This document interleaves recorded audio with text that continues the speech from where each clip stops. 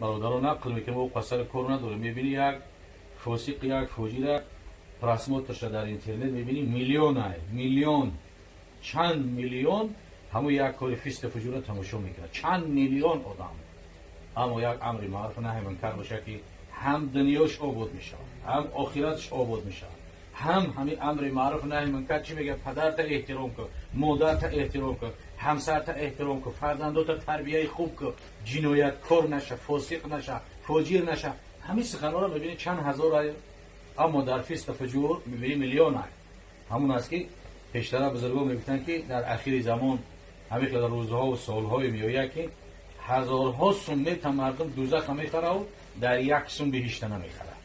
این خیلی هزارها سوم در دوزخ میخره و در یک سوم بهشت نمیخره. در اخیر زمان بنده همین خیلی در بین بنده و دمو پیدا میشه. این روز که نگاه کنید قریب همون خیلی